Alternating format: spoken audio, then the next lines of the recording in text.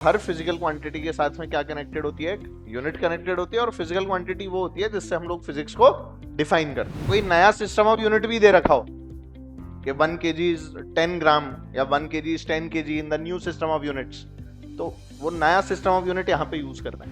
आम के अंदर केला जोड़ रहा हूं तो आम और केला अलग अलग ही कहलाएंगे। ऐसा तो है नहीं कि सर आम प्लस केला इज इक्वल टू 2 आम। जब भी चीजों को जोड़ा या घटाया जाता है तो एरर हमेशा जुड़ती है। एरर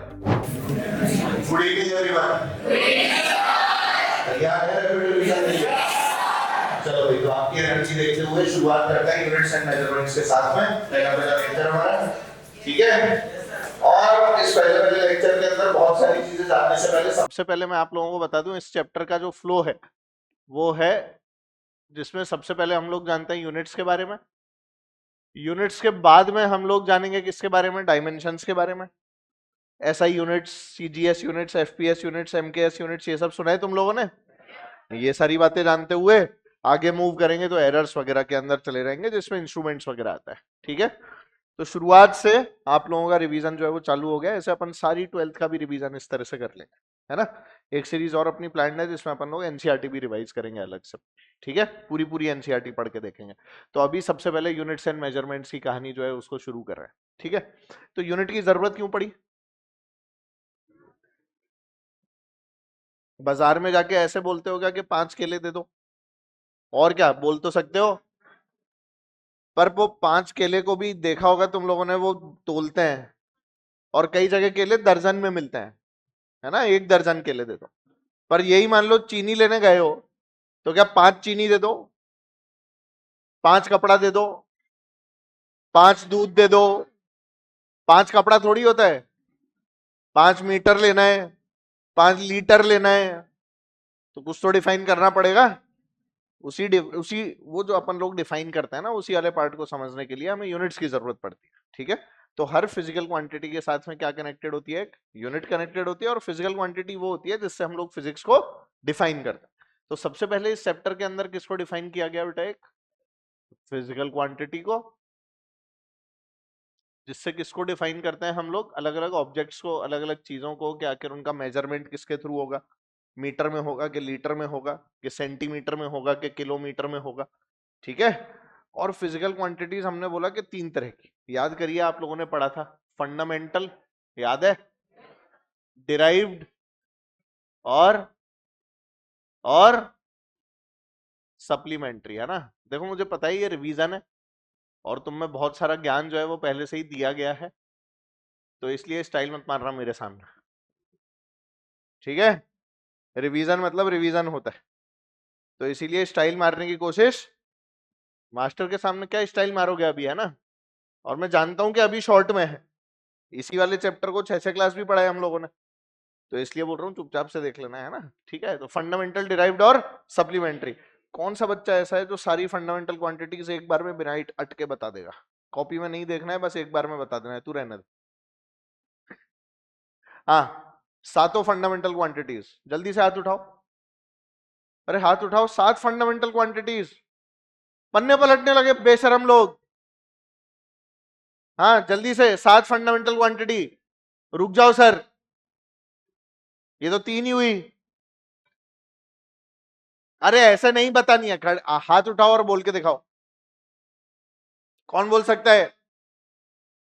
अरे हाँ, सारे लोग शांत, एक बार, हाँ खड़े होके, हाँ एक एक करके। 7 फंडामेंटल क्वांटिटीज आर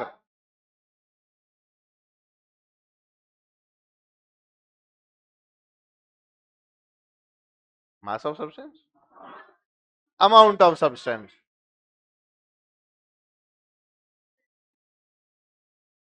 ये भी पूरी नहीं बताई, रहने दे, बैठ जा इतनी देर बाद।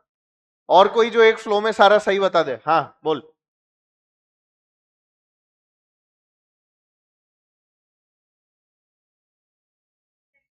हो गए, 7 ही तो है, यही तो बतानी थी।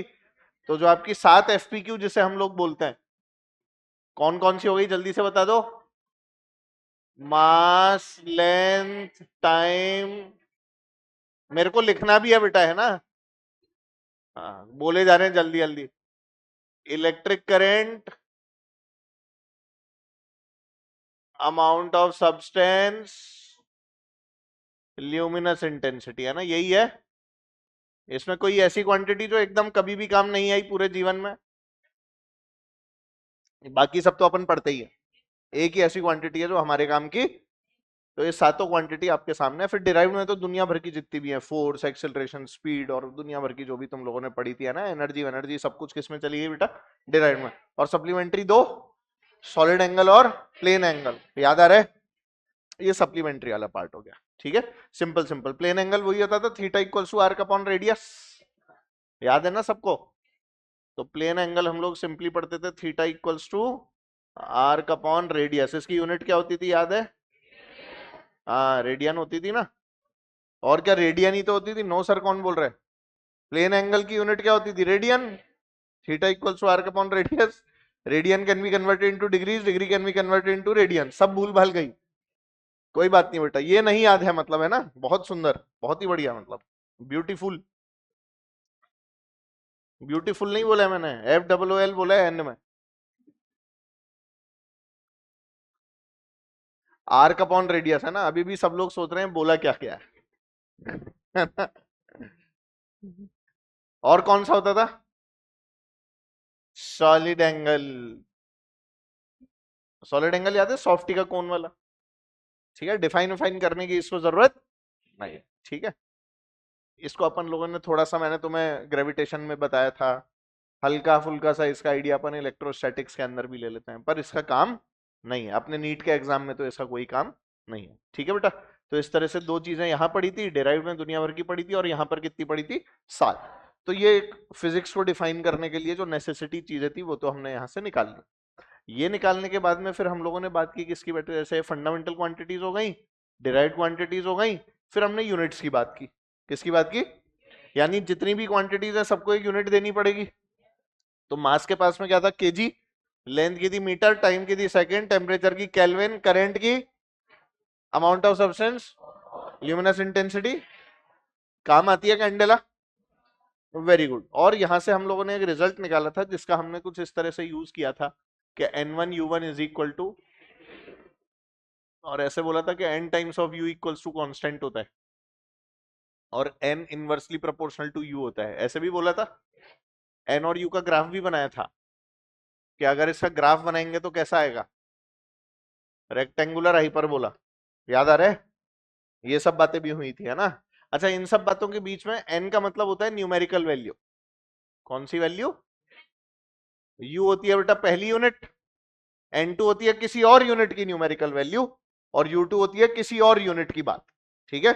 जैसे 5 किलो को क्या बेटा मैं 5000 ग्राम लिख सकता हूं? क्या बेटा एक ही बात है? या तो ये लिख लो या ये लिख लो।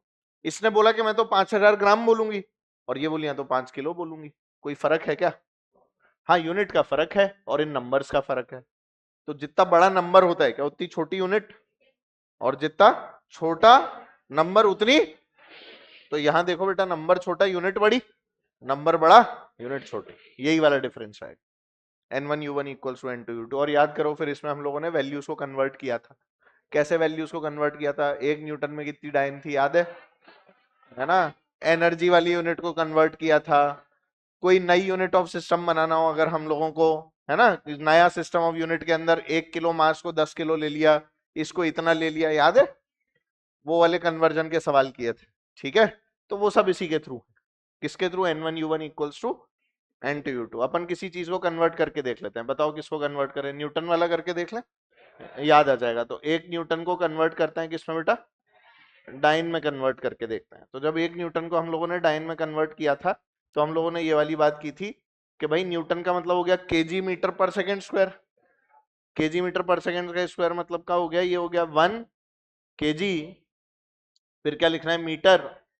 फिर क्या लिखना है बेटा? 1/, ऐसे ही लिखना है। डाइन कौन सी यूनिट होती है? CGS होती है, तो सेंटीमीटर ग्राम। N2 की वैल्यू पता ही नहीं है तो इसको N2 बोल दिया। सेंटीमीटर या ग्राम? ग्राम। इसके बाद सेकंड तो वैसा ही रहेगा, 1/सेकंड स्क्वायर। क्या ये कट गया? तो N2 की वैल्यू कितनी आ गई हमारे पास? केजी अपॉन ग्राम ऐसे ही लिखेंगे, और मीटर अपॉन, और उसके बाद में क्या बेटा, इनको एक यूनिट के अंदर कन्वर्ट कर लेंगे। तो बोलो, केजी को ग्राम में करना है ना, तो ऊपर कितने ग्राम, 1 मीटर को सेंटीमीटर में किया तो 100 सेंटीमीटर अपॉन, सही है, ग्राम से ग्राम, सेंटीमीटर से सेंटीमीटर, क्या 10 की पावर 5। तो कोई नया सिस्टम ऑफ यूनिट भी दे रखा हो कि 1 kg इज 10 ग्राम या 1 kg is 10 kg in the new system of units, तो वो नया सिस्टम ऑफ यूनिट यहां पे यूज करना है और हम लोग इजीली उन क्वेश्चंस को कर सकते हैं। ठीक है, तो ये बेसिक फंडा था यूनिट कन्वर्जन और यूनिट्स को लेकर। ठीक है बेटा, चलो यूनिट्स यहाँ पर बता रखी हैं, इसका पीडीएफ आप सबको मिल जाएगा, तो आपको कोई दिक्कत नहीं आएगी। साथ में हम लोगों ने एक ऐसा प्लान किया है कि जो ये सेशन है आधे पौन घंटे का जो भी रहेगा, इस सेशन के बाद में आपको एक पीडीएफ भी मिल जाएगा ऑनलाइन ही, तो उस पीडीएफ में क्वेश्चन वगैरह भी होंगे, क्वेश्चन होंगे तो वो भी सॉल्व कर लेना। ठीक है, चलो आओ भाई, ये सप्लीमेंट्री यूनिट्स डायमेंशनल फॉर्मूला के बारे में बात करने लगे डायरेक्टली। तो डायमेंशनल फॉर्मूला क्या था, डायमेंशंस की बात हुई इसके लिए। हाँ, दिख नहीं रहा तेरे को, किधर जाऊं बता, इधर ही रहूं, मतलब उधर जाऊं नहीं, थोड़ा सा इधर होके बैठ जा, आगे आ जा, इधर भी जगह देख, इस तरफ बैठ जा। हाँ, तो जो भी लोग एकदम कोने में बैठे हुए हैं उनसे एक सजेशन है कि थोड़ा सा इस तरफ आ जाओ ना, ये वाली रो खाली है। हाँ, शिफ्ट हो लो ना इधर, ये वाली रो खाली है बेटा, थोड़े थोड़े से वहां बैठ जाओ और थोड़ा इधर भी हो जाओ। आगे वाली सीट खाली है, अब बोलोगे आगे नहीं बैठना, बैक बेंचर बनना है, रहने दे तू। सेकंड बेंच वाले को बैक बेंचर कैसे बोल सकते हो सर आप, है ना। चलो, तो डायमेंशनल फॉर्मूला से पहले क्या पता होना चाहिए बेटा, डायमेंशन क्या होता है। तो डायमेंशन क्या होती है, dimension is basically power. Power किसकी, फंडामेंटल फिजिकल क्वांटिटी की। तो फंडामेंटल फिजिकल क्वांटिटी जैसे मास है, तो मास की क्या पावर है किसी और क्वांटिटी में। फॉर एग्जांपल अगर मान लो मैंने फोर्स लिखी, तो फोर्स की जो यूनिट होती है वो क्या होती है, केजी मीटर पर सेकेंड स्क्वायर होती है ना बेटा। तो जो मास है, क्या वो ये डिफाइन कर रहा है, ये लेंथ डिफाइन कर रहा है और ये टाइम डिफाइन कर रहा है, ऐसा ही हो रहा है। तो फोर्स और टाइम का रिलेशन कैसा है बेटा, फोर्स की वैल्यू के अंदर टाइम की वैल्यू टी स्क्वायर के रिलेशन में आती है, आती है कि नहीं, है ना। तो टी का स्क्वायर लिख दूंगा, तो जो पावर 2 है ना बेटा, वो टाइम का डायमेंशन हो गया। ठीक है, एग्जाम्पल बोल रहा हूं बस, है ना। मैं समझ गया -2 है क्योंकि वो पर सेकेंड स्क्वायर के अंदर है, तो ऑब्वियस है -2, पर मैं बस अभी ये पढ़ के दिखा रहा हूं कि हाँ भाई 2। ठीक है, ऐसे ही यहां मीटर की पावर 1 है, केजी की पावर भी, तो ये जो 1 पावर है ये भी क्या है, इन क्वांटिटीज का डायमेंशन। समझ गए, किसी एक नई क्वांटिटी में। तो जब किसी भी क्वांटिटी को डिफाइन कर रहे हैं, तो देख इन 7 क्वांटिटीज के अलावा कोई और नई क्वांटिटी नहीं बनी जिसमें इनको डिफाइन कर सकते हैं। मतलब यही 7 ऐसी क्वांटिटी बची हैं जिनमें सारी की सारी डेफिनेशन होगी। एक मिनट, इधर इधर, कितने बजे से थी क्लास, अब ये यार ये करके है ना, ये फंसा देते हैं। अब मैं डांटू कैसे, सो के उठाए वो तो ठीक है। और ये तूने कटिंग नहीं करवाई है, बाल स्ट्रेट करवाए तूने। ज्यादा पैसा लेते हैं, 100 रुपए लेते हैं। मेरे को तो आइडिया ज्यादा है नहीं ना, मैं तो 6-6 महीने में कटवाता हूँ। जा, 100 रुपया देख रहे हैं इसके बाल, देख रहे हो आजकल। ये किसी ने बोला है या अपने आप उसने ऐसे कर दिया।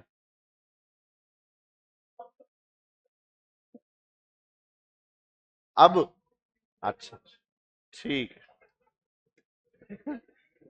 इसका अलग चल रहा है सीन।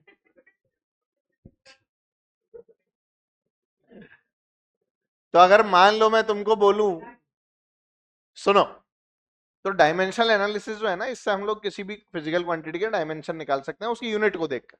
तो जैसे मान लो मैं तुमको बोलूं कि आपको एनर्जी के डायमेंशन निकालने हैं, तो कौन सी एनर्जी, कोई भी एनर्जी है तो उसके डायमेंशन सेम होंगे, फिर वो चाहे काइनेटिक एनर्जी है, चाहे पोटेंशियल एनर्जी है, चाहे वर्क डन है, क्योंकि वर्क डन भी क्या होता है, एनर्जी से इंटर कन्वर्टिबल होता है ना, पढ़ा होगा ना, W इक्वल्स टू डेल्टा के, है ना। तो अगर एनर्जी की बात करूं तो let's talk about kinetic energy. तो काइनेटिक एनर्जी होती है हाफ एम वी स्क्वायर। ये जो हाफ एम वी स्क्वायर लिखा हुआ है इसमें हाफ तो काम का नहीं है, तो नंबर है। मास के क्या हो गए केजी, वी का स्क्वायर, वी का स्क्वायर मतलब मीटर पर सेकंड का स्क्वायर, यही लिखा हुआ है। अब ये जो लिखा है ना इसमें हमने क्या किया, जैसे मास को m बोल दिया है, लेंथ को हमने l बोल दिया है, और क्या होता है टाइम, टाइम को हमने t बोल दिया है, और करंट को हमने a बोल दिया है या फिर I भी बोल दिया कहीं कहीं पर।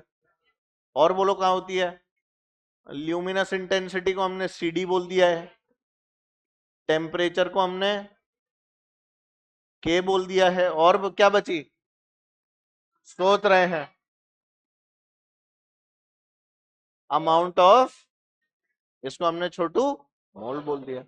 तो केजी की जगह क्या आ जाएगा m, और ये मीटर वाला अपॉन, तो इसको लिखने का तरीका है mlt, सब जानते हो, सही है। यहां पे तो हो तो गया, इसमें शोर क्या मचा, फाइनली सही लिखना चाहिए। तो जैसा कि आप लोग देख रहे हो ml2, ये एनर्जी के डायमेंशन आ गए। अब चाहे वो काइनेटिक हो, चाहे वो पोटेंशियल हो, चाहे वो वर्क डन हो, है ना। और भी अगर आपको डायमेंशन को ही कंपेयर करने को बोले तो कर सकते हो।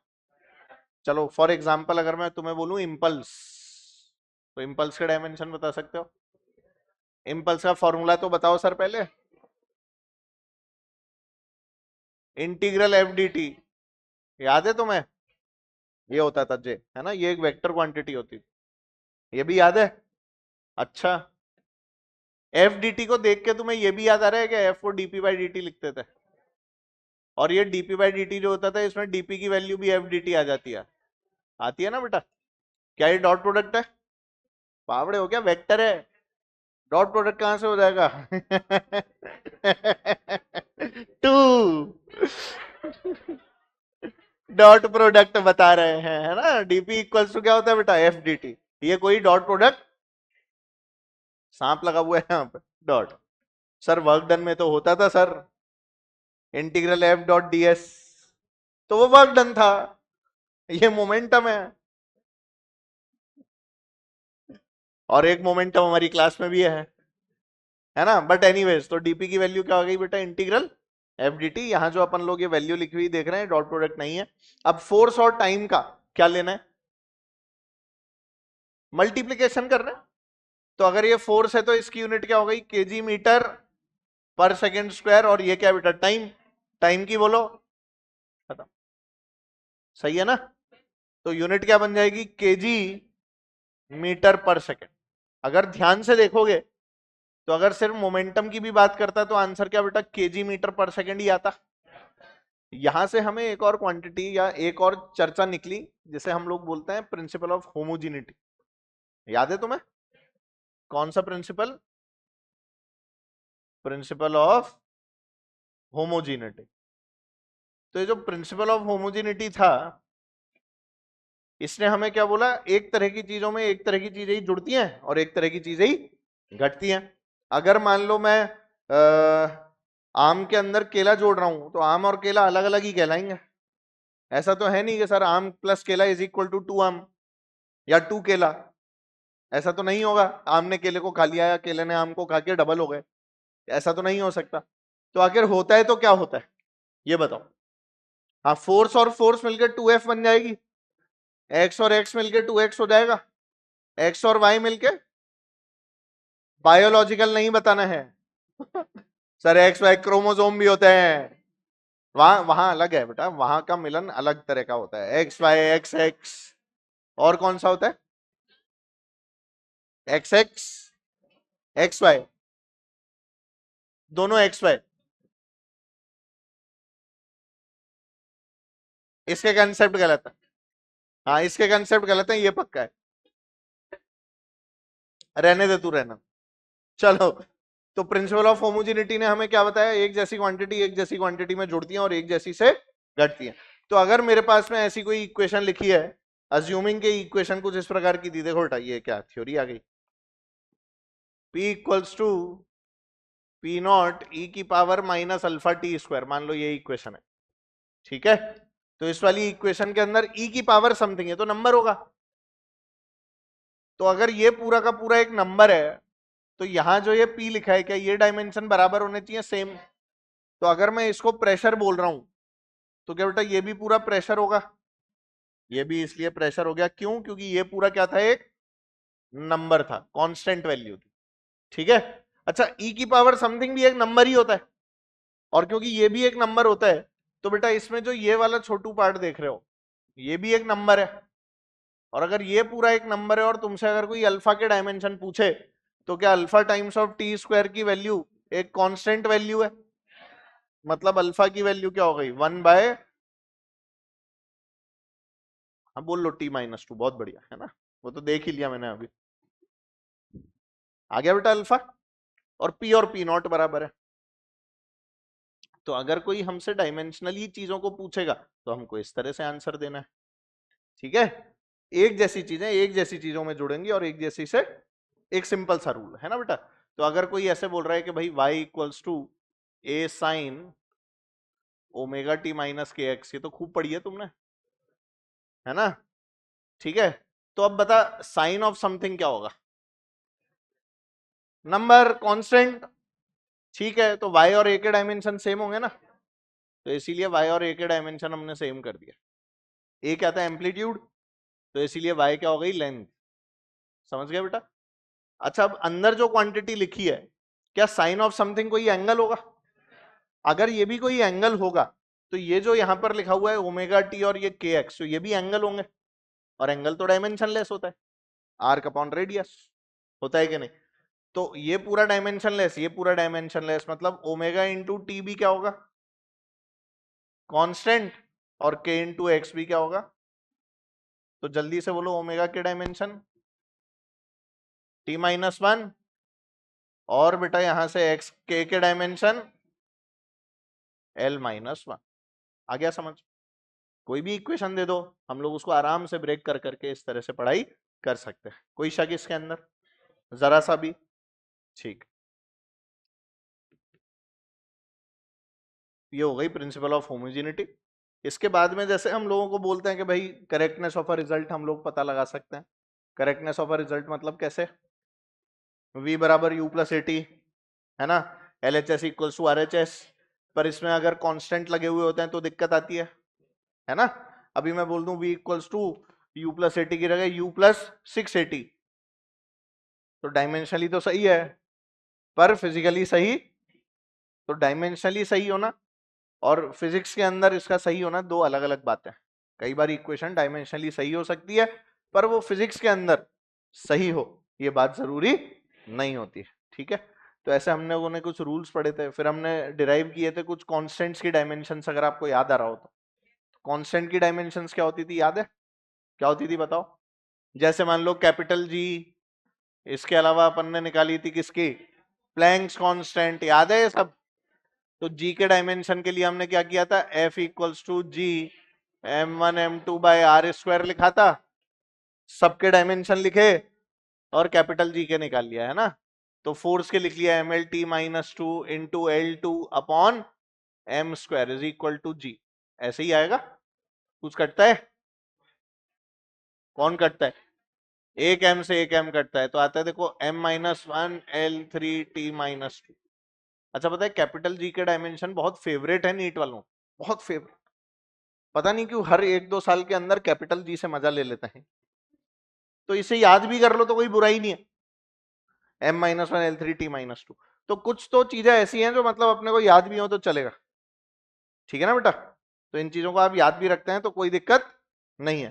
कांस्टेंट के डायमेंशन के अलावा जो इसमें एक और रूल था वो कौन सा था, याद है क्या था, to derive new system of units के डायमेंशन, है ना, नई नई सिस्टम के अंदर डायमेंशन निकालने का, या जो डिपेंडेंसी थी नई फिजिकल क्वांटिटीज पे निकालने की। जैसे आपको बोल दिया, याद करो मैंने पहले ही एक सवाल करवाया था कि मान लेते हैं चलो काइनेटिक एनर्जी जो है it depends on mass and velocity, तो मास की पावर a मान ली, वेलोसिटी की पावर b मान ली, ऐसे करते थे। और ऐसे लिखने के बाद में क्या बोलते थे कि भाई काइनेटिक एनर्जी के डायमेंशन लिख लो ml2t-2 इज इक्वल टू, यहां के लगा दो, ये मास है तो मास की पावर ए लिख दो, और ये वेलोसिटी है तो एल टी माइनस वन की पावर बी लिख दो, और फिर सारी एक जैसी डायमेंशन को एक साथ कर लो। तो यहां तो यही लिखा है ml2t minus two is equal to K times of, यहां से m की पावर a, बोलो l की पावर b और t की पावर, यही निकल के आएगा। ये तीनों क्वांटिटीज को इधर कंपेयर कर लो, a की वैल्यू 1 दिख गया, और b की कहीं से भी निकाल लो, 2 ही आ रही है तो b की वैल्यू क्या आ रही है, लो आंसर आ गया। यानी kinetic energy is proportional to mv square. Half पता लगा, वो पता भी नहीं लगता, ठीक है ना बेटा, हाफ आपको यहां से पता नहीं लगेगा, क्यों, क्योंकि वो तो फिर डिराइव होके ही आता है, ठीक है ना। This is just checking the correctness, और ये पता लगता है कि किन क्वांटिटीज पे डिपेंडेंसी है ना, और उस क्वांटिटी की डायमेंशन क्या है, 1 है, 2 है, 3 है, -2 है, -6 है, -25 है, ठीक है। एडिशन सब्ट्रैक्शन अगर आ जाएगा तो हम लोग इसको सॉल्व नहीं कर पाएंगे। कभी किसी फॉर्मूले में देखा बीच में प्लस का साइन आ रहा हो, mass plus velocity plus acceleration, होगा भी नहीं, क्योंकि वो पॉसिबल भी नहीं है ना बेटा। मास में वेलोसिटी तो जोड़ ही नहीं सकते, ये तो हम पहले से ही जानते हैं, ठीक है। तो ये यूनिट्स और इन डायमेंशन वाली जो कहानी है वो आपकी यहाँ पे समाप्त होती है, ठीक है ना बेटा। ये कुछ ग्रेविटेशनल कांस्टेंट है, कुछ सवाल हैं जो आप लोग एक बार देख लेंगे तो आपको पता लग जाएगा, बहुत इजी इजी सवाल आते हैं। देख, फोर्स, एक्सेलरेशन, टाइम को अपन ने फंडामेंटल क्वांटिटी मान लिया, तो एनर्जी के डायमेंशन क्या होंगे, तो कैसे लिखोगे, energy proportional to fat, A power B power, और सबकी डायमेंशन लिखनी आती है, सबकी डायमेंशन लिखोगे और एनर्जी के डायमेंशंस में बराबर कर दोगे। आता है ना ये करना, 2021 का ही सवाल है वैसे, आसान आसान से सवाल आते हैं।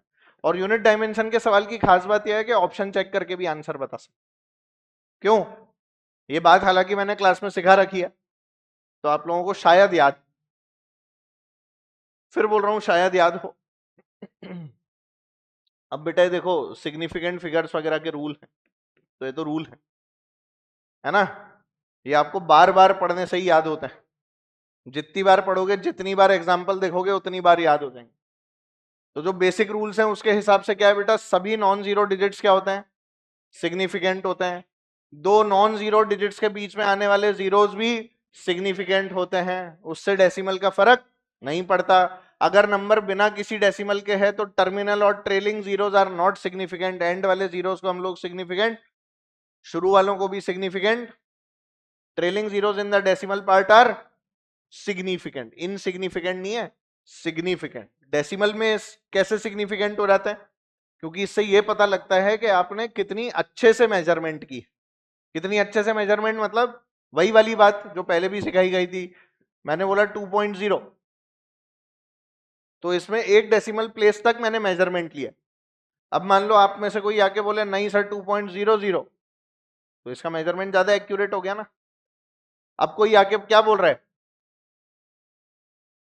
फिर कोई आके बोल रहा है 2.0003, तो मैं तो भयंकर प्रिसीजन और एक्यूरेसी की तरफ जा रहा हूं, समझ रहे हो ना।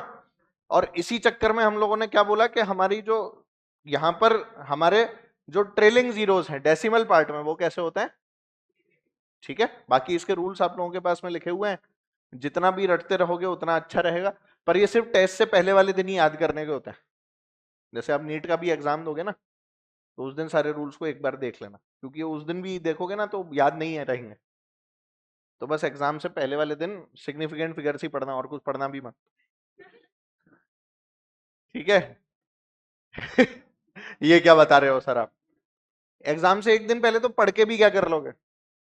अच्छा तुम वो वाला वीडियो देखोगे, एक दिन पहले पढ़ के कैसे नीट फोड़े,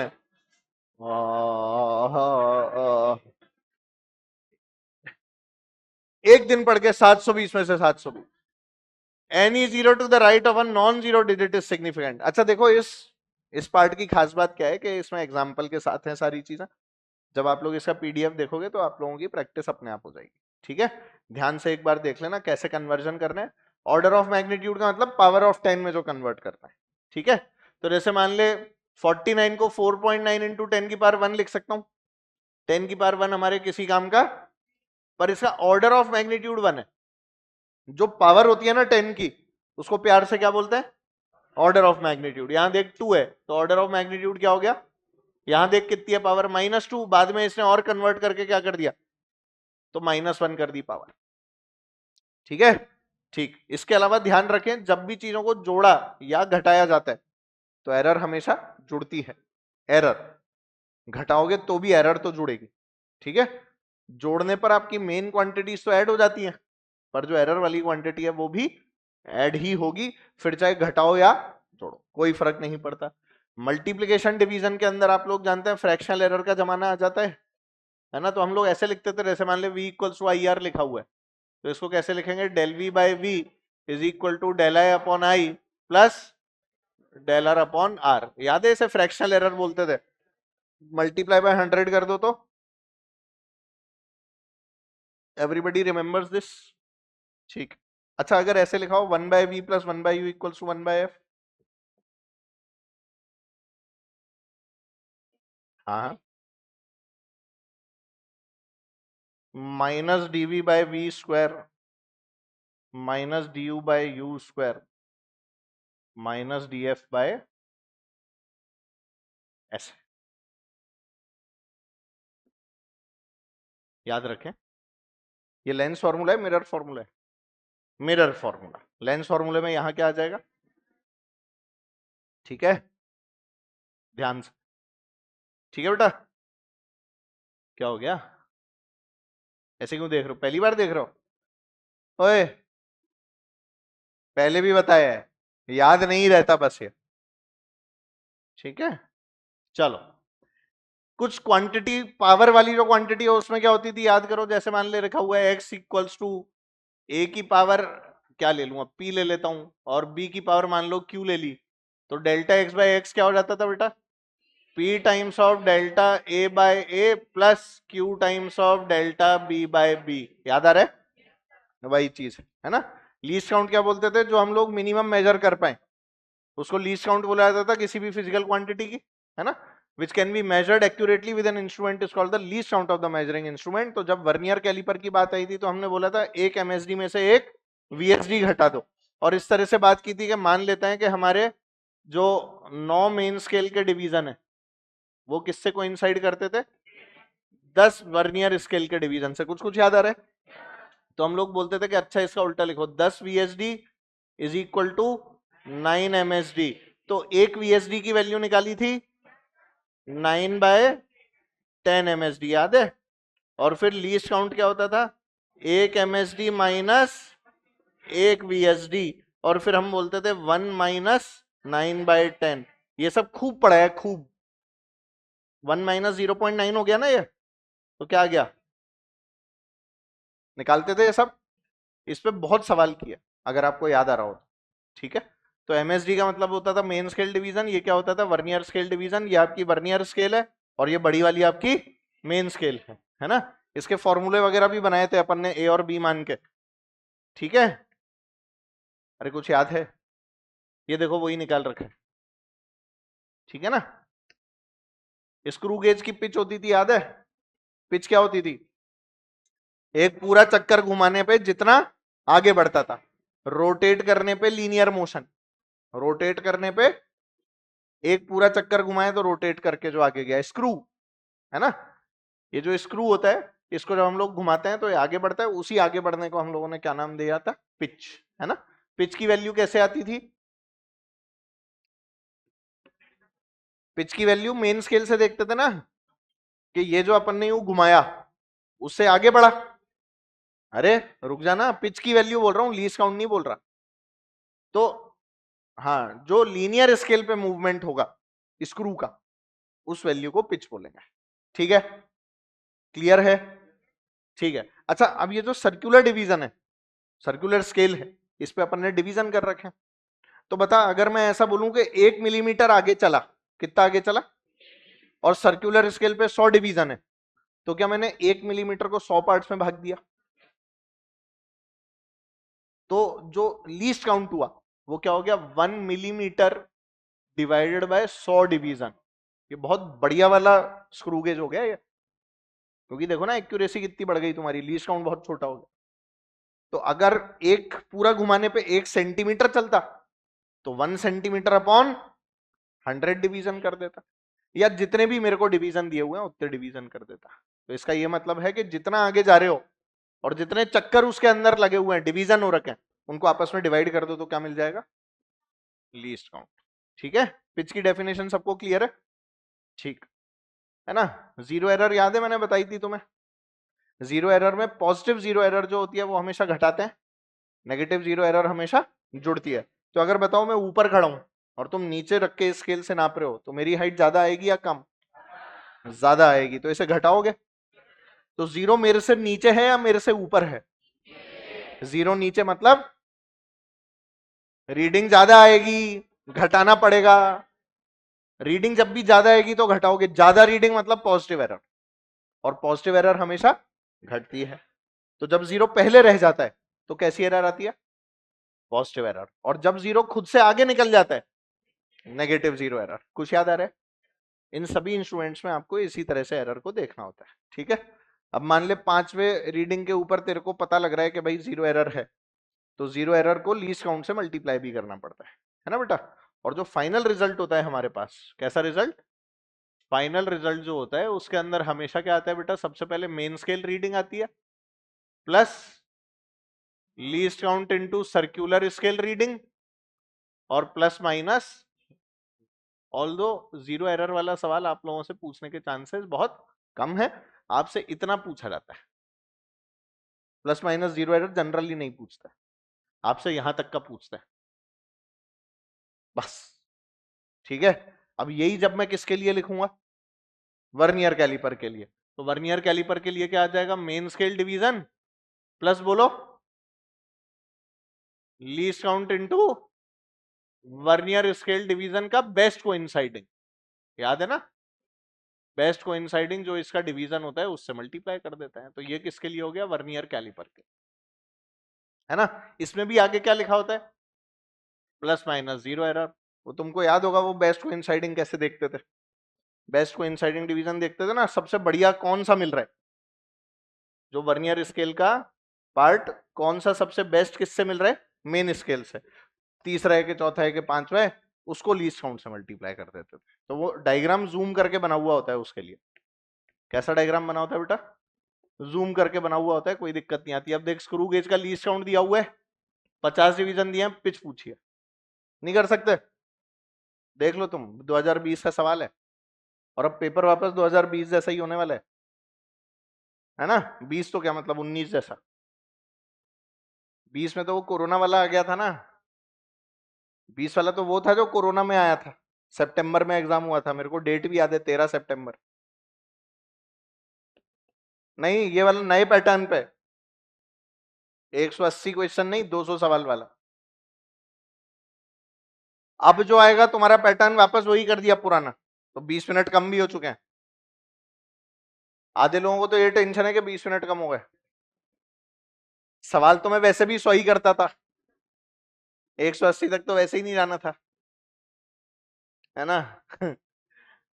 देखो इस बार स्क्रू गेज में क्या दिया हुआ है? मेन स्केल रीडिंग क्या दिया है? 0 मिलीमीटर, और जब 0 से 0 मिला हुआ है तब। और सर्कुलर स्केल की रीडिंग कितनी है?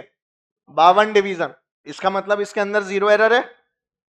फिर बोल रहे हैं given that 1 millimetre on the main scale corresponds to 100 division on the circular scale. तो डायमीटर, अच्छा डायमीटर की वैल्यू बता। तो 52 डिवीजन आ रही है सर्कुलर स्केल की, 52, और मेन स्केल की क्या आ रही है? 0, 0 ही है ना, 0 मिलीमीटर। और 100 डिवीजन दिए हुए हैं सर्कुलर स्केल पे।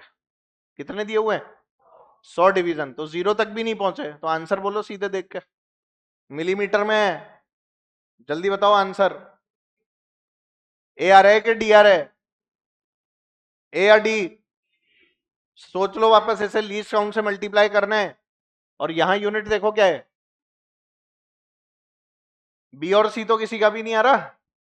चलो ठीक है, तो आंसर कितना है बेटा आपका? क्योंकि बेटा मिलीमीटर को भी तो सेंटीमीटर में कन्वर्ट करेगा, तो 1 मिलीमीटर के अंदर कितने सेंटीमीटर होते हैं? तुम्हें भरना है ये? मैंने तो क्वेश्चन मार्क बनाया है, ये 10-20 थोड़ी लिखा है। देखो अपनी स्केल निकालो, सेंटीमीटर स्केल होती है वो, उसमें 1 से लेकर 2 तक वो मिलीमीटर होते हैं बीच में, तो 1 सेंटीमीटर इज ओनली 10 मिलीमीटर, याद रखना। 1 सेंटीमीटर में कितने मिलीमीटर होते हैं? एक जीरो बढ़ा दो, 0.52 को क्या कर दो, 0.052 कर दो। समझ में आ गया? ठीक है, चलो। तो इस प्रकार से ये चैप्टर अपना होता है स्वाहा। ठीक है।